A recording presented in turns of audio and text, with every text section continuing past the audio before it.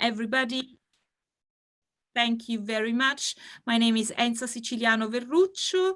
Again, I'm going to be one of the organizers. I'm going to be chairing this session today, and with Raul Marchena Magadan, again from Reading, who is going to be monitoring the chat. So please, Teresa, you're going to run this session completely, you're going to be doing it without any possibly an input from us. I know that it's going to be very, very interactive. So just before I start, please, let me just share with you, if I can do that straight away. Let me just go back and share with you just a little bit of a reminder.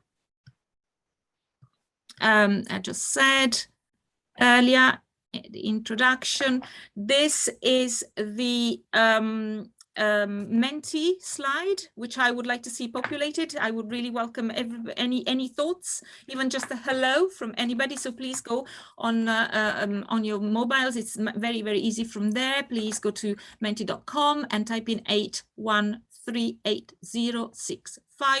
This is not just for today, for this session. This is just for the entire day. It's going to be live for the whole day. We're preparing for the panel discussion at the end, so to gather any thoughts on there, so please go there. So any thoughts, and we will use them then for the discussion. So anybody who would like to start, please be more than welcome. So let me, and also if you're tweeting, hashtag InnoConf21, please. And let's talk about now our fantastic keynote speaker, Teresa MacKinnon. So Teresa, first of all, let me thank you so much for accepting our invitation. It's been a pleasure to have those discussions that have led to your keynote today. For those of you who do not know Teresa to me is, in my mind, the way I know her, is one of our gurus. She, in terms of using talent, applying technology to our teaching and learning. She's been working at Warwick University. She's now retired, but she is still there on Twitter as @WarwickLanguage. So please go and follow her if you don't. She is very active in open educational for open education resources. She leads the Association for Learning Technology Open Education Special Interest Group. She's also a senior fellow. I'm reading from your biography, Teresa. If people can see me looking somewhere else, it's because I need to read this thing, sorry. Senior fellow of the Higher Education Academy, and experience in education management and course design. Teresa, you've been a firm, point of reference in my career, and you've been also instrumental in making me want to use technology. Now that we're getting there, now that we've done it, what happens next? Now, Teresa, I know you also want everybody to use a particular software today, a particular app. Is that correct? So do you want me to just mention what the app is? That's fine. If I share my screen, Enza, if that's okay. And thank you very much for your kind words. I had no idea I had been an influence on your life. And you have. Thank you. You certainly have on mine, and certainly my visits to Reading have also been very influential. So if I do a quick screen share here, in fact, I'll do my whole session through screen share. Let me just put up this first slide, and you will see, here we go, the details of the VVOX app. So what I'm asking people to do is to, and I put this out through Twitter, and I know InnoConf Twitter feed did add it. VVOX is one of the many polling tools that are out there. It happened to be the one that was supported by my institution. So so far they haven't taken me off it. So I'm taking advantage of the bigger limit that I have on it. So if you do have VVOX, it's just an app. You can download it. Just Google VVOX app and pop pop it on your phone or scan the QR code that you've got on that slide there.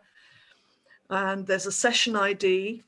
Now I will be breaking the fourth wall during this session, during this keynote, because it's very much important to me that people see what I'm doing. And the point of that is not so that you can see how it shouldn't be done, although I'm sure there'll be lots of examples of that.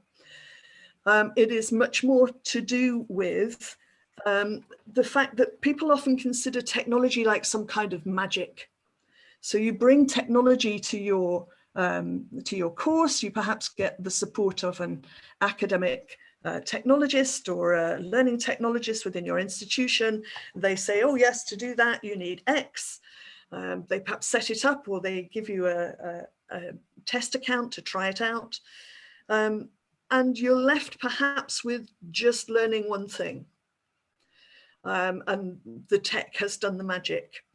And I think really what we have to do is to look at the tech with through a critical lens, and to think a little bit more about what's going on behind the scenes. So I'm going to make no apologies for the fact that during my keynote this morning, I will be jumping in and out of things, and you will see the back end of what I'm doing. It's actually quite important to me that I do that.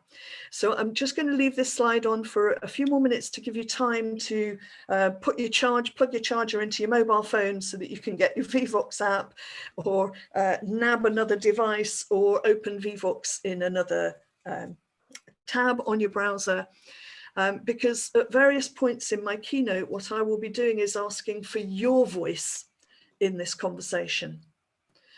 So it's really important to me that you're able to join this conversation. And although the questions that I've set up are structured questions, clearly anything that occurs to you, please feel free to discuss it in the chat in Zoom, talk to each other, perhaps just for the sake of the sanity of the Reading team as well. If you've got a question that you want me to come back on at the end of the keynote, just put a Q before it in the chat so that we can quickly identify that and come back.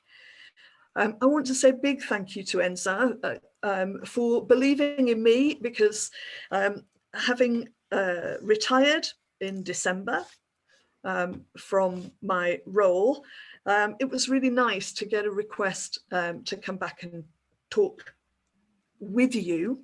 And it's the talking with you I want to emphasize this morning. With a colleague of mine who's not here at the moment, Miriam Halk, who I'm sure many of you will know. We've taken great delight over previous years in echoing the walk the talk plan in everything we do, whether that's in Eurocall, whether that's in uni collaboration. I will talk more about all of these later.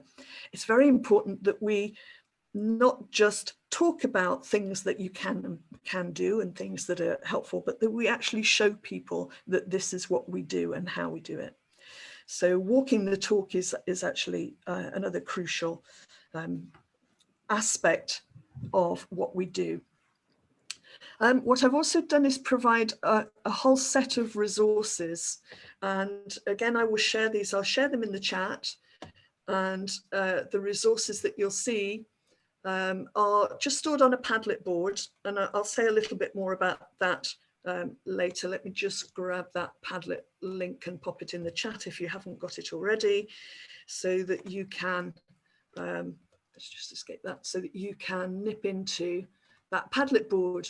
Because actually listening to somebody for 45 minutes, well, you know, you have my sympathy. 45 minutes listening after the year that we've all had is an awful lot.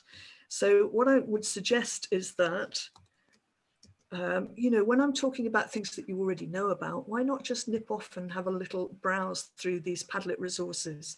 I'll be referring to them in some of my slides as well. But take the time to actually just refresh your cognitive load and do something different, and that's fine. So let's move on to the presentation that I want to make and share with you, and talk a little bit about well, just to start off, a little bit of an introduction to who I am and what I do. And apologies for those of you who already know all of this, but I think it's, as most of the things I'm going to share with you are actually very, very much a personal take on language teaching and learning, I want to give you a context. So I qualified, did my PGCE as a language teacher at Warwick many years ago. And I have, my entire career has been as a language teacher for over 30 years. 15 of those years were in secondary education, where I moved through from a French teacher through to a head of French, through to a head of department. And at around that time, after I'd been a head of department for just over a year, we had a baby. And it turned out that that baby had special needs. We didn't know that at the time, but that baby did have special needs. So I took a step back from full-time teaching and became a part-time teacher in secondary education, working at several different institutions. And from there, then I kind of sort of revisited what I wanted from my language career. And I started to teach in the evenings. By then we'd got 2 little children at home. I started to teach in the evenings at Warwick University on what they call their leisure language courses. And from there, gradually my role built up. I took on a role as a business language training lead and became more involved in the academic French language teaching, where I met some wonderful, wonderful people. And there's no doubt that the journey that I was able to have during those years was really, really crucial for what's happened subsequently. So a shout out for the lovely Anne Barnes, who's sadly no longer with us, for the wonderful Bob Powell, who appointed me, and for Liam Murray, who influenced me so greatly and is running languages now in Limerick. So yes, some marvelous connections. I suppose as all of us do as we go through life, we meet wonderful people and sometimes they change what we want to do. I was always, from my secondary education experience, an early adopter of tech. And I had a particular interest, especially when the internet came along, in voice over the internet and how we could make those listening experiences of students more effective over the internet. All of you will know, having worked in languages over the internet, that audio files and video files are big files. And we always, when the audio was added to websites, had the problem with buffering. Remember the little buffering logo that you used to get? That used to frustrate the hell out of me, because you're trying to get people to listen to smooth language and language as it's spoken. I mean, a lot of that has since been resolved through the infrastructure of the web and improvements in the infrastructure of the web. But it remains a bit of an issue, and you can perhaps understand what I mean as I explore a little bit more some of the things that have happened to me. But it was through that experience that I got involved in computer-mediated communication. And that's kind of a subfield, really, of computer-assisted language learning. So as I undertook that journey, there were 2 big networks that I wanted to connect to. The Eurocall network, which I'd been aware of even as a secondary educator. And of course, very importantly, the Association for Learning Technology, which became a sort of guide for my journey and helped me increase my skills and understanding of learning technology. I became a collaborator through computer-mediated communication and the use particularly of virtual exchange. It wasn't referred to as virtual exchange at the time. It was often referred to as telecollaboration or online intercultural exchange, but essentially meeting and connecting my students with other students online who wanted to learn English, and my students who wanted to improve their French. So that became a key really to an area that I really began to focus on. And I'm so glad we've got Fran Helm here today, who was one of the very influential people in my life there, in my journey to computer-mediated communication. And I've been very happy to work alongside her over recent years in computer-mediated communication research and virtual exchange. When I first moved from being, if you like, a teacher to a teacher researcher, as a part of the process of becoming a practitioner in HGIs, at the very beginning of that, I did a presentation to the Association of University Language Centres, AULC, and I described to them my Bildungsreise, my journey, my academic journey. So today I'm going to show you more of that academic journey, sort of catch up, and it's rather nice having retired to sort of do a quick retrospective on that. But I'm also aware of just how much, certainly the next things I'm going to talk about are going to seem a surprise to you. It won't be a surprise if you follow me online. I'm very open online. So I run 2 blogs. I have the Next Steps blog on Blogger, and I have a reflective space, which is way more political, my Espace Sisyphe, where I reflect on the challenges and the endless rolling of the boulder up the mountain. I think that's probably an analogy that many will recognize. And I also have a website called La Modification, which kind of pulls everything together. So if you haven't seen those yet, please do take a look. Google them, you'll find me without any difficulty, I'm sure. I would be known, I think, by some colleagues at Warwick as an EdTech evangelist. Well, I'm just about to explode that myth.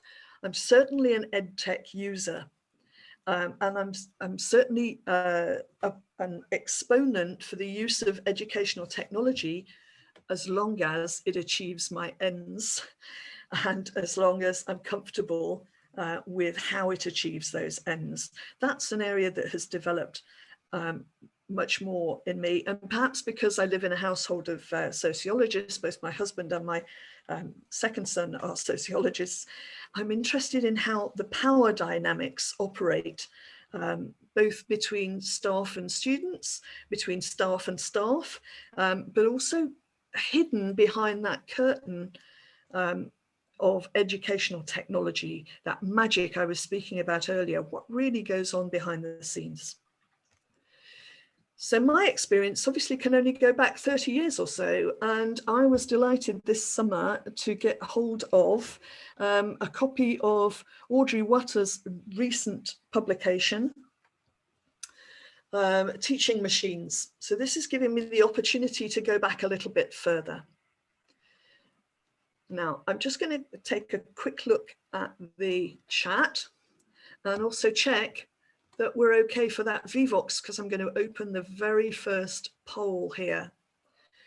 And that poll is now open. So that very first question, I just wanted to get a feel for your level of experience within using educational tools. Great, thank you. We've got some results coming in. That's great. I'll leave that to just populate.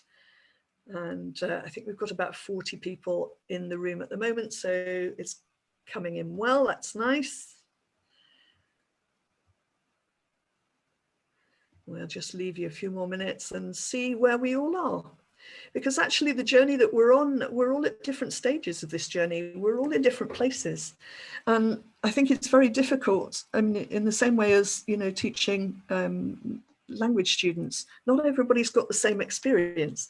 We have to make sure that we leave space for everybody to participate and not be overwhelmed by the complexity of the things that that we have to get to grips with.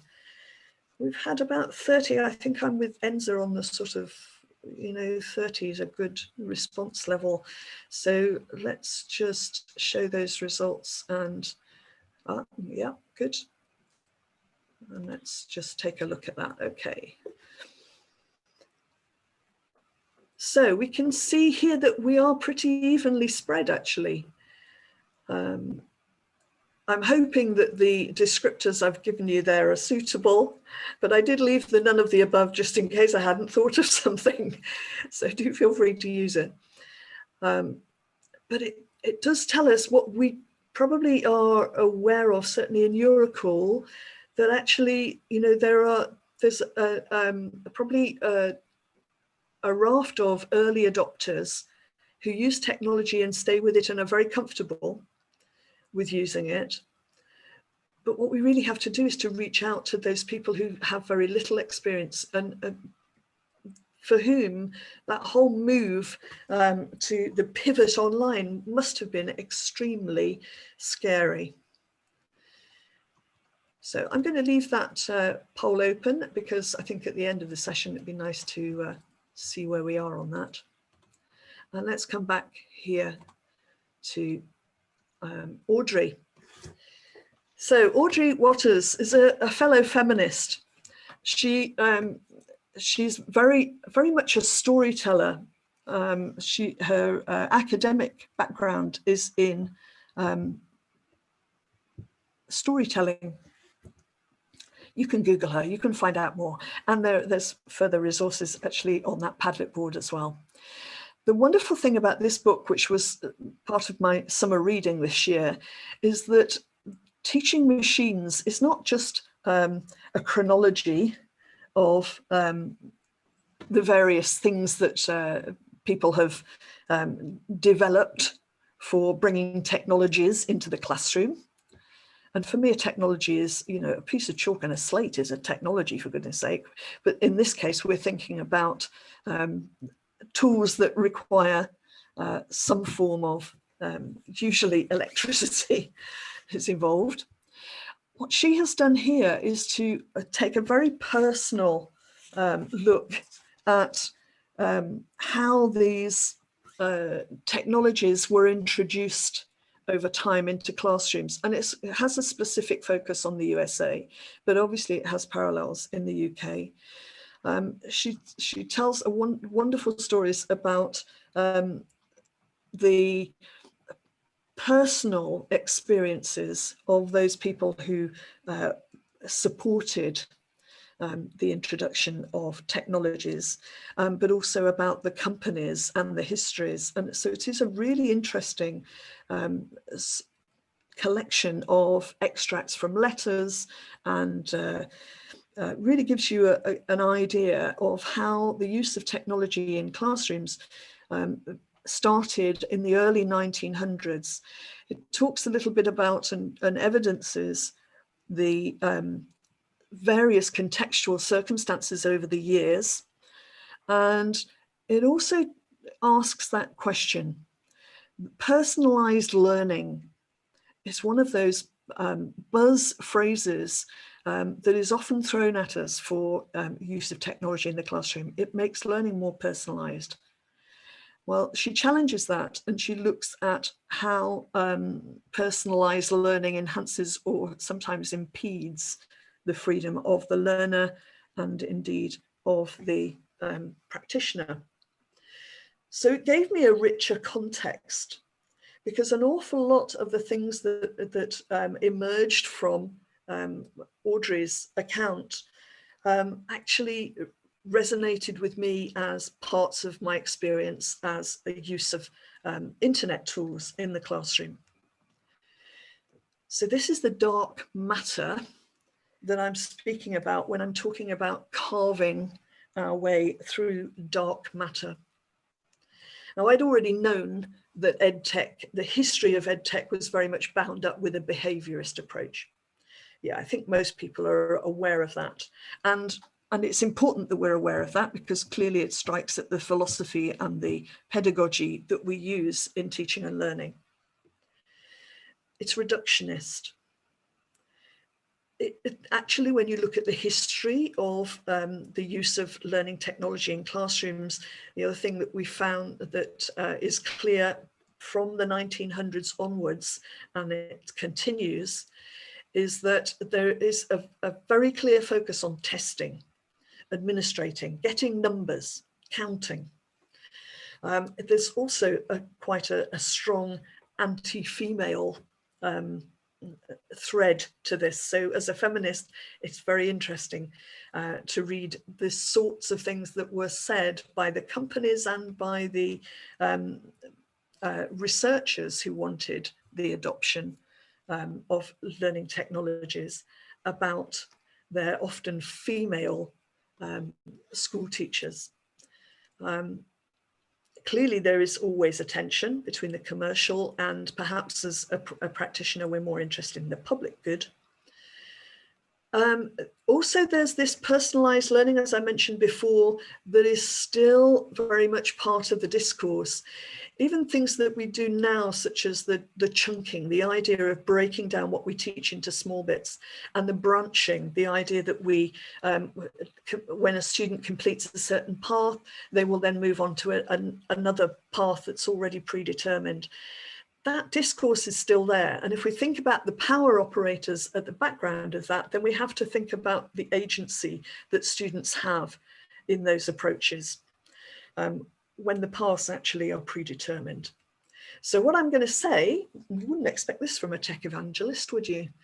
Is that in fact, all of these very negative, very dark themes can be seen in the history of the development of ed tech. Yeah, things that we really would not wish to embrace. In language teaching, there's been a very close connection with the military agenda, and throughout the use of learning technology, an often repeated referral to scaling up and helping ease the load on the practitioner, which sounds very appealing, and yet, well, we have to question whether it does. Those of you who've just survived the pivot online recently may have a very different take on that. So what we think about probably here is that, when we're talking about teaching as a practitioner and as a teacher, are we talking about teaching? Are we talking about training? Are we talking about opening minds, or are we talking about managing behavior? Are we actually supporting a managerial culture? It's very easy to automate testing in some respects, to say, okay, multiple choice assessments, yeah, you just pop those up. But obviously those of us who've battled recently with perhaps oral assessments online, and with more complex assessments online, we have to ask ourselves, are we just actually repeating the dominant forces that have been at work for many years underlying ed tech? Amongst the resources that I've shared with you is a blog post by Lorna Cernovich. She is a wonderful academic, and if you read one thing, please read Laura's blog post, where she talks about letting the light into higher education. She talks about the pivot changing how we operate. She says the classroom has been made strange. I'm sure you can identify with that through the pivot. The things that we thought we knew have changed. Under those conditions, the conditions of the pandemic, everything became different, and we had to learn our craft again. But there is nothing better than actually applying ed tech to your way of working, to force you to engage again with the very important practice of, why do I do what I do? I found that particularly in the research I did on the use of voice over the internet. So the fact of reality, well, we can't have an internet presentation without some sort of aphorism up here. So, the fact of life really is that we can't wait for a perfect situation. We have to take the joy that we can have in the current situation and set our boundaries, decide what we're going to do. Don't try and do everything at once. It is impossible. So we have to become pragmatists, really. As an open educator, what I'm always very happy to see is other people's wisdom shared with me. So here, this little graphic that was created by Sue Beckingham, who's at Sheffield Hallam, is quite a useful way of summarising exactly what's happened in higher education. We're going to have a look at that together, but first of all, I'm going to come back to my VVOX and push out another question. So if you are asleep, let's zip down and open the second poll. So this is going to be a word cloud, right? We'll save those results and move on. So what I'm asking you here to do, and you can enter as many things as you wish to, is to share with us the digital tools that you've been using. So let's just see if we can't collect some of these through the Padlet. I can see all sorts of things coming up. Don't worry about your spelling typos, it's just part of the domain we're in. I'm just going to add a few as well. And we will start to see where we are with, right, with our list here. We've got a long, long list of very familiar tools. And yes, it's important to have hardware, isn't it? There's nothing that excludes people more than not having enough devices or not having a device to use. Weebly phone, yes, way more use of, we've seen great growth of mobile assisted language learning, or MAL as it's known. It's become much more important. Interactive whiteboards, plenty of research on them and use of them. WooClap, yes, Eurocall had a great WooClap out there. Let's have a little look at these. Coming in, again, we're over the 30, so we've got a nice collection there. Coming in, ThingLink, yes. Oh yes, a lot of familiar ones, a few less familiar ones. Let's see our word cloud. Yes, so that gives us an idea here, doesn't it, of just how we've moved and how we've flexibly found our way through the various choices of EdTech that we've had. I can see lots of nice interactive tools that have been used. Gym. I hope that's going to the gym to recover from sitting in front of screens all the time. That's a well-being point to note.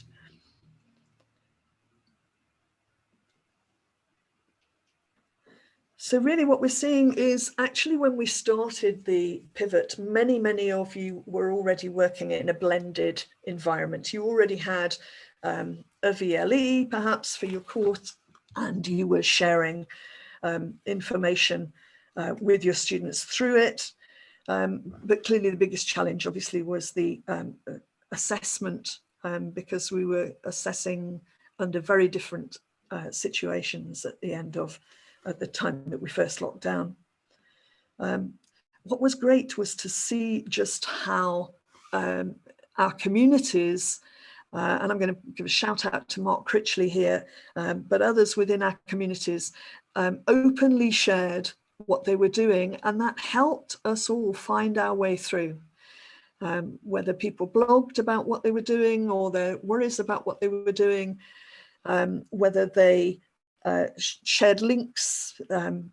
Mark Critchley was really helpful at Durham there, setting up a Teams shared account for us all to join and find out more and share information.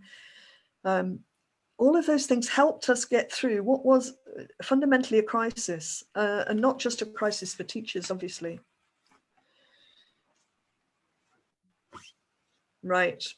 I've seen Padlet come out. So, okay, so I'm going to throw in there Zoom and Padlet and Kahoot really rising to, yes, lots of people have used them. They're easy to use, but what do you know about what's happening when you use them? So I'm just going to leave that little thought in your mind while we resume this presentation.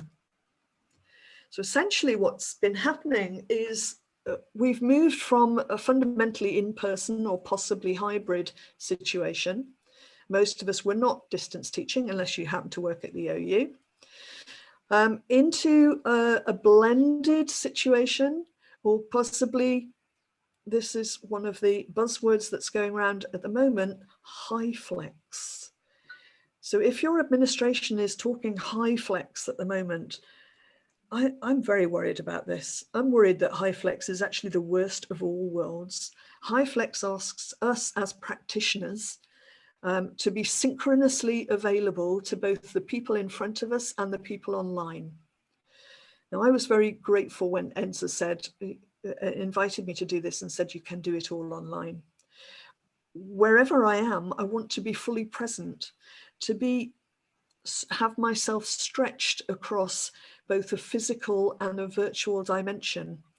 To me is a scenario that will actually make life very, very difficult. I don't really feel that it would be possible for me to fully engage in that way. So if people around you have been talking about high flex, please take a look at some of the resources that I've put on the Padlet board and see if you're really comfortable with that. What I'd really like to hear us doing more is thinking about self-directed learning. I will come back to this, but we all know as teachers that in fact, it's the work that the learners do that makes the difference.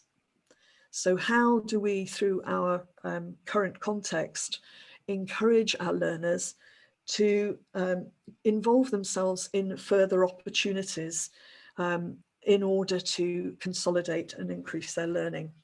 That's quite a challenge. A couple of quick thoughts, and I think they're fundamental in terms of our philosophy and our approach. We need to think hard about what we value. It's one thing under an emergency situation to pivot online and provide something in order to ensure that our students don't lose access to learning. But now we have an opportunity. We have an opportunity to think about what really matters and what we're going to do for our students in order to help them. There is within EdTech a feeling that in fact, if you all provide chunked lessons, those could all be scooped up and delivered through artificial intelligence to students. Is that something we want to do? I think we perhaps need to think hard about that, and we need to think about resistance. If we think about carving, and that's why I wanted to use the carving analogy. So I'll come back to that in a moment. There's no doubt that there was this sort of overwhelming optimism. You can see it in the UNESCO report in 2004. Once we've got the internet up, everybody's just going to connect and they're all going to learn from each other. And of course, some of that has happened. Some of us do connect through social media and some of us do blog openly about what we do. But those three factors at the bottom, I think, are absolutely vital. We need to think about connecting with people beyond our disciplines, beyond our realm of experience, and we need to think critically. Few very quick tips here. These are not, I've put them down as sort of top tips, but they're not quick wins really. They're not quick to do. No matter where you are in terms of your journey in learning and using EdTech, I think they're all quite useful points to think about. I won't go through them individually now, but you've got them here. What's important is the collaboration, the working with others. And as I mentioned, critical looking at education technology through a critical lens. As the Association for Learning Technology is in the process of producing a framework for the ethical use of learning technology. This is very much open to collaboration and open to critical review. So the association is very much open to your input on this. One of the things that we have to look out for is, and I'll report back on Proctorio a little bit, but again, there's more information in the Padlet, is the commercial solutions who clearly put their commercial interests first and what happens as a result of what they do. And one of the things that happens very clearly is, in the case of Proctorio, they sue a student who dares to criticize what they do. This is the sort of practice that we have to push back on. So we're talking about carving. Do we want our education carved out for us, or do we want to carve it? Do we want to carve out our education ourselves by hand? So against that, to resist against a hard material, in this case perhaps wood or stone, but to resist against those dark matters, or will we let others carve it up? I thought this was a wonderful little thread upon Twitter around the importance of going back to basics and thinking about what we do, thinking about the fundamental issues of good teaching. Laura has some great things to say there. She points out that if anything, collaboration in the teaching space has been disincentivized. Tim did a really nice little thread here. You'll find it in the wakelet that I've curated. I'm going to come to my third. I'm realizing that time is tight here. So I'm going to come to my third VVOX. Who do you go to help, to get help? Where are your support networks? I'm going to add some of my own, because we all need support. Teresa, sorry to interrupt. We have officially another couple of minutes. Do you think you need more? I think I might need 5 more, to be absolutely honest. Brilliant. Okay, fine. We will then shorten the break. Thank you. I'm very sorry about that, folks. Do feel free to get your coffee and continue your break while I speak.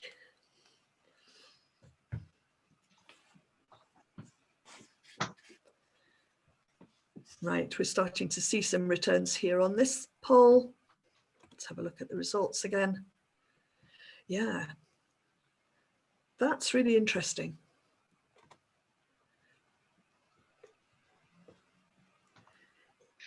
Colleagues, people we talk to, it's the water cooler moments, isn't it? Who do you turn to? You turn to people who know you and people who understand you and people who you feel can help. But our networks of colleagues are not always huge, and sometimes they're a bit random. So perhaps we have to take care to make sure that we're continuing to invest in expanding our network of colleagues.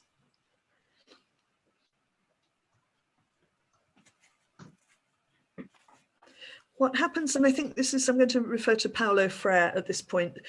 Freire talks about, in his Pedagogy of the Oppressed, he talks about co-intentional education. By that, he means intentionally involving colleagues, students, a wider network in order to work together. And he says that brings committed involvement. Not something where the power is very much exerted on the students, but something where everybody has something to gain. So I think we need to think about how we achieve co-intentional education. Right, I'm going to speed up because clearly I don't want you losing your breaks and reducing your breaks. So let's just move through. Already, many of my colleagues, and Fran is one of them, has been working very hard in these sorts of areas. Virtual exchange is one example. So virtual exchange is an interdisciplinary activity. It's experiential, it's international. Virtual exchange through the NGO Uni Collaboration is also recognised. So you can see just how many people over the last 3 years have been involved and engaged in virtual exchange. It's a huge network. The Uni Collaboration website is available on the Padlet board. Please look into it if you haven't done so already. It's a great way of experiential learning, learning not just helping your students learn through an interdisciplinary partnership or maybe 3 or 4-way connection, but also learning yourself, acquiring new skills, developing your skills. Another practice that I've been involved in is one called Produçage. Again, the information about that is up on the Padlet board. Produçage is working in an area of media which involves a lot of resistance. Because if you want to use pieces of perhaps movie or contemporary resources, then there's usually resistance that you have to face. And that is very much documented in some work that I did with a colleague in Australia that's up on the Padlet board. Assessment, come on folks, you know, we've made such headway on assessment. Getting students to blog or getting a class blog going, blogging yourself, editing Wikipedia, creating captions for learners on material that exists already, that's already supported in YouTube.